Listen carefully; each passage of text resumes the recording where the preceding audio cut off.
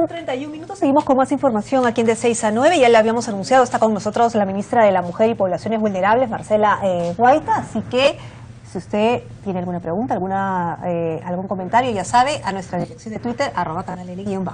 Flamante ministra, además, bienvenida, gracias por estar con nosotros, gracias por acompañarnos. Carlos. Estamos además en una fecha importante en el marco de la celebración por el Día de la Mujer. ¿Qué se tiene previsto para esta fecha, digamos, sobre todo en el marco de la aprobación ayer en el Congreso de la República, ¿no es cierto?, con la ley contra el acoso sexual callejero que fue aprobado además mayoritariamente en el Congreso? Sí, en realidad en ese mes hay una serie de eventos que se hacen a nivel nacional. La fecha central es el domingo 8 de marzo, vamos a estar ahí en un festival en el Parque de la Exposición. A todos quienes están en este momento mirando les invito, acompáñennos en la mañana del día domingo, vamos a estar en el Parque de la Exposición con una feria de servicios informativos del ámbito de salud, legal, económico, y luego con alegría para celebrar lo que estamos avanzando en tema de conquista de derechos de las mujeres y también para tomar energía y seguir en esta conquista de derechos. Y también contentas porque en primer lugar se hizo un pleno específico para temática de género y eso me parece importante. Es la primera vez que en el Congreso se sesiona específicamente con estos temas y se les da prioridad, y porque se han aprobado algunas normas interesantes como la del acoso sexual. Esto es realmente un triunfo, la ley del acoso sexual callejero que fue aprobado mayoritariamente en el Congreso, ¿es un triunfo? Sí, cómo no, porque hay un reconocimiento de diferentes aspectos. En primer lugar, de que esta es una problemática efectiva en la que el Estado tiene que actuar y la sociedad en conjunto tiene que enfrentar. Como ministerio nosotros hemos venido trabajando muchísimo en la prevención, hemos trabajado, y eso es parte de mi compromiso en la gestión de estrechar lazos con gobiernos regionales y locales. Hemos desarrollado, por ejemplo, ordenanzas modelos para prevenir el acoso sexual. Entonces la discusión en el Congreso y la aprobación de esta norma además nos va a permitir sancionar una serie de conductas que se llevan a cabo y que hasta ahora no habían sido previstas penalmente. Pero se hará porque, digamos, también existe una tipificación con el tema del feminicidio y parece ser que no funciona de todo. Entonces puede haber una ley contra el acoso callejero, pero puede haber una tipificación, pero el tema es que funcione, el tema es que se fiscalice, el tema es que se acate. ¿Cómo se va a probar, digamos, para los jóvenes que sean acosados y puedan probar? ¿Qué pasa si no pueden probar que son acosadas en las calles? A ver, o maltratadas cuando vayan a hacer la denuncia. En primer lugar, siempre es un avance en que el Estado diga y exprese a través de una norma que esto se rechaza, que se sanciona, tiene un valor ya en sí mismo. Hay un mensaje potente, hay un mensaje potente. Yo quiero valorar esto primero. En segundo lugar, el tema de la sanción efectiva, porque las penas que están poniendo permiten sanciones efectivas, hace que sí haya necesidad de un fortalecimiento de las capacidades de los operadores jurídicos para que implementen esas normas. Y en tercer lugar, efectivamente, la cuestión en general de la violencia sexual tiene dificultades muchas veces para la prueba, y el acoso sexual es una más de ellas. Sin embargo, hay cada vez más una apertura y un dinamismo en los operadores jurídicos para reconocer cuando es el valor, digamos, de la palabra de la mujer o de la persona afectada. Hace muy poco se aprobó, por ejemplo, una guía sobre daño psicológico cuando hay violencia, porque no siempre estas situaciones de violencia dejan una huella física, como por ejemplo el tema del acoso sexual. Normalmente no va a dejar una huella física, pero la situación vivida por esa persona sí tiene un daño psicológico, y eso se puede evaluar ahora. Desde su llegada al ministerio usted ha dicho: uno de mis objetivos es la autonomía económica de las mujeres. Y es más, en el ministerio hay una dirección de promoción y autonomía económica de las mujeres. En ese sentido, ¿cómo conseguir esa autonomía? ¿Cuáles son los esfuerzos que desde el Estado se pueden hacer para conseguir esa autonomía? A ver, las mujeres en el Perú cada vez estamos más integradas a la población económicamente activa de diferentes maneras. De hecho, el crecimiento por parte de nuestro país permite una serie de oportunidades, ya sea insertándose laboralmente en un trabajo formal o impulsando emprendimientos económicos.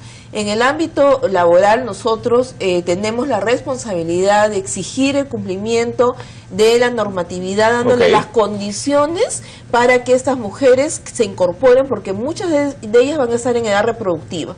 Entonces, las condiciones tienen que ver con lactarios, por ejemplo, eso es una cuestión que nosotros estamos fomentando, tiene que ver con servicios para el cuidado de niñas y niños, tiene que ver con igualdad salarial, y eso es un tema en el cual nosotros venimos trabajando desde el sector público, por ejemplo.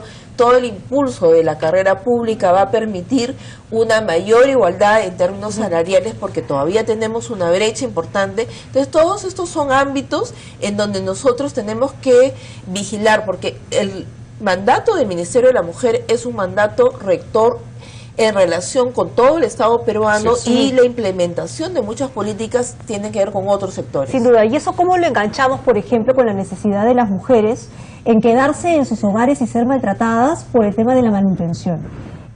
Esta mañana teníamos un caso de un niño de 2 años que ha sido realmente agredido por su padre para no pasarle manutención. En Huánuco. En Huánuco. Y ese niño ha sido de tal manera agredida, no sé si después podamos ver las imágenes, que le ha causado al niño tal daño cerebral que probablemente no puede vivir por el resto de su vida. Entonces, ¿qué hace el Ministerio de la Mujer respecto a ese tema de las sanciones? Que vemos denuncias y denuncias cada día más fuertes, ¿no? Sí, efectivamente, la lucha contra la violencia intrafamiliar es un mandato en el corazón del Ministerio, porque esta violencia afecta a niños, niñas, adolescentes, adultos mayores y sobre todo a las mujeres. Nosotros trabajamos fuertemente en medidas de prevención, de protección y de atención a las víctimas.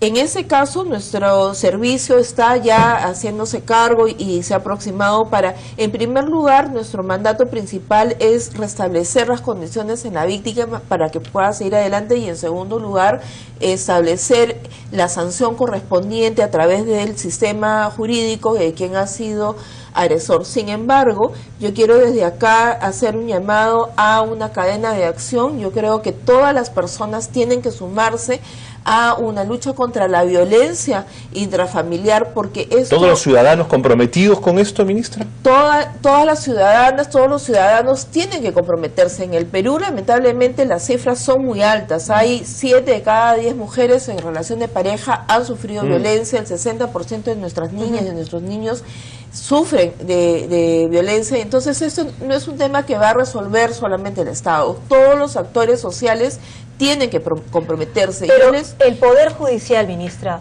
se está comprometiendo y se está fajando por el tema, porque yo hace un momento le preguntaba sobre el tema del feminicidio, que fue una lucha constante y finalmente pareció un triunfo. Pero hay sentencias, porque hay procesos por feminicidio, pero hay sentencias por feminicidio. ¿Hay casos de sentencia de feminicidio ya a estas alturas después de tener esa tipificación? Hay casos, hay sentencias, todavía son pocas, y ahí hay un tema que creo que puede mejorar el Poder Judicial en general, porque hay poca estadística que se conoce de las sanciones, las sentencias específicas por delito. Entonces es un poco difícil tener estadística de los casos resueltos positivamente por el Poder Judicial. Pero de hecho conocemos algunas que son, digamos, simbólicas, y yo quería robarle unos minutos para decirles a todas las personas que están conectadas en ese momento que pueden llamar a la línea 100 las 24 horas del día, los 7 días a la semana, pueden chatear con nosotros al chat 100 y van a recibir información, orientación, y si es necesario en Lima nosotros nos podemos acercar a una situación específica, crítica, a través de nuestro sistema de atención de urgencia. Otro espacio interesante para las mujeres víctimas de violencia son los centros de emergencia mujer, que sería además interesante poder tener un espacio como este en cada una de las provincias del país. En ese sentido, ¿los centros de emergencia mujer han demostrado que allí donde existen hay menos violencia? Sí, nosotros tenemos una investigación de parte del Instituto Nacional de Estadística que nos dice que allí donde hay un centro de emergencia mujer, efectivamente, hay, en primer lugar, se elevan las denuncias. Ajá. Y en segundo lugar, a lo largo del tiempo hay una estadística hacia la baja. Esto nosotros, ¿cómo lo leemos? Leemos que cuando hay una presencia del Estado diciendo nosotros no vamos a permitir que haya violencia, entonces la comunidad reflexiona, reacciona, las mujeres se sienten más protegidas, por eso se elevan las denuncias, porque no es que no existía violencia antes, lo que pasa es que no siempre hay la confianza para ir a un servicio. De la presencia de los centros de emergencia mujer tiene esa capacidad y además hay un trabajo de promoción extramuros con los diferentes actores sociales que nos ayudan a que ese tema se ponga sobre la mesa en la discusión diaria y también en la reflexión que es necesario hacer. Ahora, sobre los temas punzantes, digamos, que siempre están ahí, ¿se ha mencionado en algún momento que ha habido algún retroceso respecto a las políticas públicas de salud reproductiva? Sobre todo por algunas deudas que hay pendientes. El tema de la píldora del día siguiente, ¿qué pasa con ese tema? ¿Van a seguir dándole a ese tema? A ver, el tema de la píldora del día siguiente, yo quiero recordar que ha sido una situación establecida por el Tribunal Constitucional. No ha sido una iniciativa del Poder Ejecutivo retroceder, porque yo sí creo que ha habido un retroceso en el acceso a la píldora del día siguiente. ¿Por qué? Porque en el Perú el Ministerio de Salud tenía la posibilidad de dar estas píldoras en los servicios de urgencia, especialmente cuando hay una situación de violencia sexual.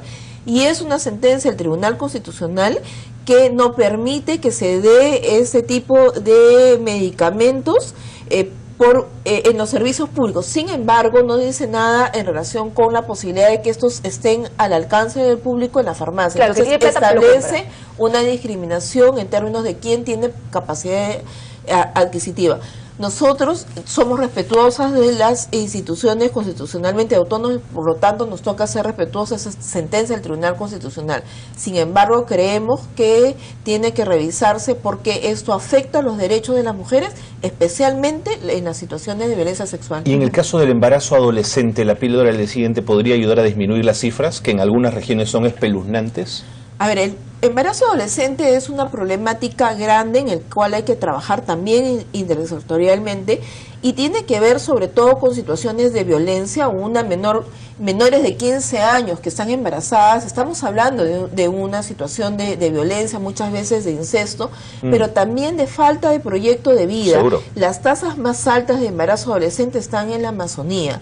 Entonces acá no lo vamos a resolver con un centro de salud ni con una píldora el día siguiente. Acá lo que tenemos que hacer es que esas adolescentes estudien, que esas adolescentes tengan un proyecto de vida y que posterguen un embarazo. Pero de cada 10 solo una prosigue sus estudios.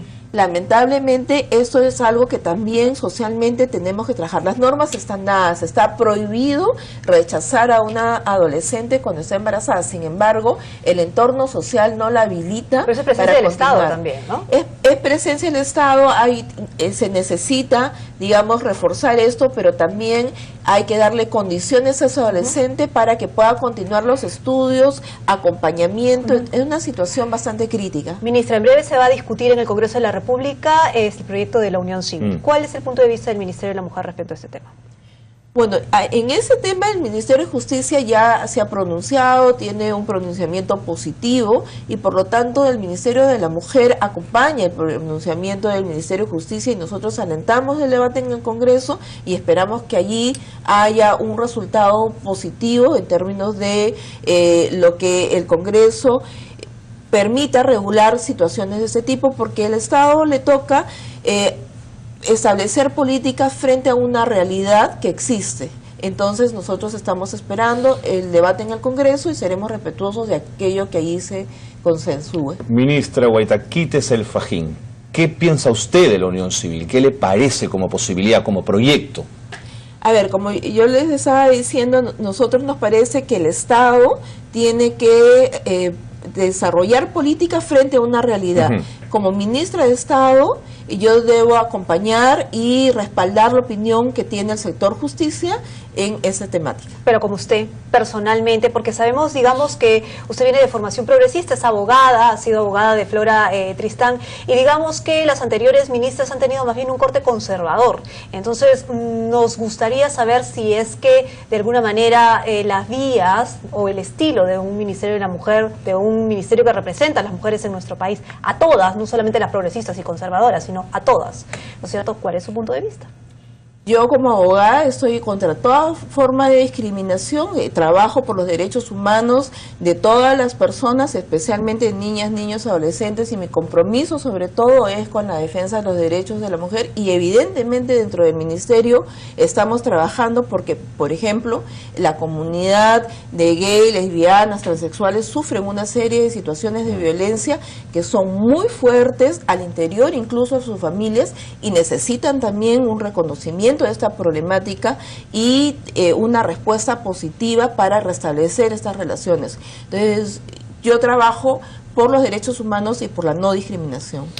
Hace algunos meses hubo una campaña muy intensa por parte de organizaciones de sociedad civil buscando la despenalización del aborto en el caso de violación sexual. ¿Qué opinión tiene usted, ministra, sobre este tema? A ver, nosotros en el Perú, después de como 90 años de que se ha permitido el aborto terapéutico, recién ha podido ser protocolizado, y considero que esto es un avance importante en términos de desarrollar una normatividad que ampara derechos ya reconocidos en la legislación en el Perú. Otro tipo de debates tienen que darse en el Congreso. A nosotros desde el Ministerio nos toca implementar la normatividad aprobada, y esa discusión en el Congreso me parece que es saludable, no solamente de quedarse en el Congreso, debe pasar a las universidades, la sociedad civil tiene que discutir, las familias tienen que discutir, porque esas son problemáticas bastante difíciles, pero hay que tener una opinión al respecto, y eso es lo que nosotros alentamos. Ahora, pareciera ser que el Ejecutivo está teniendo mucho cuidado con los puntos de vista que da al respecto. Eso tal vez sería porque estamos entrando a una campaña electoral y no se quieren pelear con los ámbitos conservadores, digamos, cuando estamos hablando de temas concretos. Yo no creo que sea una cuestión de un cálculo electoral. Nosotros, desde el Poder Ejecutivo, ha habido siempre una posición de alentar la discusión, de ser serios, coherentes y continuar políticas públicas. En mi gestión yo voy a profundizar las políticas que ya se han venido dando, y eso ha sido una permanente en el gobierno. Entonces, yo no creo que en esos temas haya un cálculo electoral.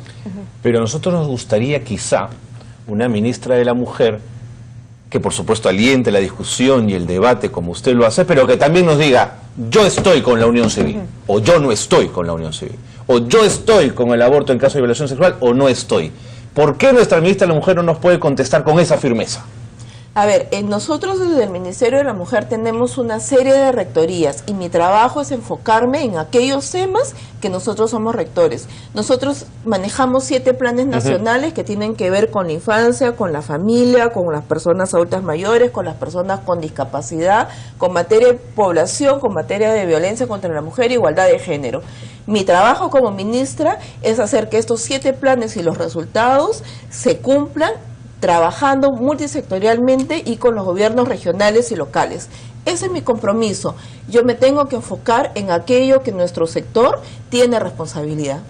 ¿Y cómo se enfoca, por ejemplo, con las irregularidades que suceden al interior del ministerio? Como por ejemplo que los pañales, digamos, no sean bien utilizados, que se compren pañales y después se malogren, por ejemplo, porque no son repartidos en los momentos claves, como la denuncia que se supo sobre estos pañales, que se compraron además en la gestión de Ana Jara, y que todavía no han sido repartidos del todo. Finalmente se supo qué pasó con ellos. ¿Están malogrados o no están malogrados? No están malogrados. A nosotros nos corresponde continuar la distribución. Justamente nosotros tenemos un documento ya de un laboratorio que dice que estos pañales están totalmente bien para poder ser utilizados. Efectivamente hubo una compra de pañales, pero que pañales que tenían una fecha de vencimiento bastante amplia para poder alcanzar justamente a niños, niñas, adolescentes, adultos mayores, que con esa temática que mencionas ha habido un pequeño retraso en la distribución, pero en eso vamos a continuar. No hay ningún problema con la calidad de los pañales, porque justamente hay, digamos, la posibilidad de continuar con eso, porque tienen una fecha de vigencia larga. ¿Y por qué distribuyen pañales? ¿Cualquiera puede ir al ministerio a pedir pañales, ministra? No, a ver, es una pregunta que me permite explicar. Nosotros, como parte del sistema de defensa civil, de gestión de riesgos y desastres, tenemos una responsabilidad de activar determinadas cuidados para niños, adolescentes y población adulta mayor. cuando hay situaciones de desastres, en la situación también de lluvias, de heladas, tenemos que ir de abrigos y tenemos que tener una situación de stock para poder distribuir. Sin embargo, nosotros tenemos determinadas calificaciones técnicas para poder acudir aquí donde hay población en extrema pobreza, donde hay condiciones efectivamente que justifican un apoyo del Estado. No es que una persona va a tocar la puerta del ministerio y quiero pañal, nosotros le vamos a dar. Así no funciona. Nosotros trabajamos y damos este tipo de apoyo a las alcaldías, a las autoridades locales, cuando se justifica, y eso tiene que estar absolutamente documentado. Porque es una gran cantidad de dinero de presupuesto para solamente pañales, que podría en algún momento decirse o con suspicacia pensar que podría ser utilizado también para campaña. Lo digo porque nos estamos acercando a una campaña y el Ministerio de la Mujer es, digamos, apetitoso para ser utilizado como para campaña. Pero ese argumento, digamos, si estamos viendo que la compra se dio cuando la ministra Jara hace 2 años no estábamos en campaña en el ministerio, y ahora tampoco estamos en campaña, digamos, y hay siempre una necesidad de tener un stock, porque la situación de desastres no avisa y nosotros necesitamos tener una respuesta efectiva, y justamente hay una serie de problemáticas que sufren, por ejemplo, las mujeres, o que sufren niños y adolescentes en situaciones de desastre. Las mujeres, por ejemplo, en situaciones de desastres también necesitan tener atención frente a violencia, porque se exacerba en situaciones de estrés, y eso a veces no es previsto. Eso es lo que nos corresponde a nosotros, prever situaciones. Pañales es una situación crítica en momentos de emergencia, cuando no tienes nada, y esto es una ayuda bienvenida, y por eso es que tenemos que tener un stock importante. Ministra Huayta, el tiempo nos gana, pero queríamos preguntarle por una cosa más política, en el sentido de que siempre le hemos percibido a usted, en tanto que fue viceministra de este ministerio, como muy cercana a Ana Jara. Queríamos preguntarle por sus lealtades. ¿Es Ana Jara quien la pone en el cargo? ¿Es el presidente de la República quien la convoca? Cuéntenos de ese momento en el que la llaman para ser ministra. Bueno, ¿cuáles son sus lealtades, ministra? Mi lealtad es con el Perú y con las mujeres en el Perú. Ahí está mi corazón y ahí está mi lealtad. La confianza me la da el presidente en base a mi recorrido profesional. Yo tengo 25 años de trabajo en esa temática de derechos humanos, en la defensa de derechos de la niñez, de derechos de la mujer, y creo que eso es lo que ha permitido que yo ocupe ese cargo. ¿Y con quién despacha? ¿Con Ana Jara, con el presidente? ¿Con la primera dama? Yo despacho con lo que corresponde con la Premier y lo que corresponde con el presidente. Muy bien. Ministra, muchas gracias y buena suerte en la gestión, que va a ser un año complicado, seguro. Y seguro mucho trabajo por el Día de la Mujer. Sí, también. Pero es un trabajo muy agradable para mí. Gracias, ministra, por estar con nosotros. Marcela Huayta, ministra de la Mujer y Poblaciones Vulnerables. Hacemos una pausa, 7:54. Volvemos.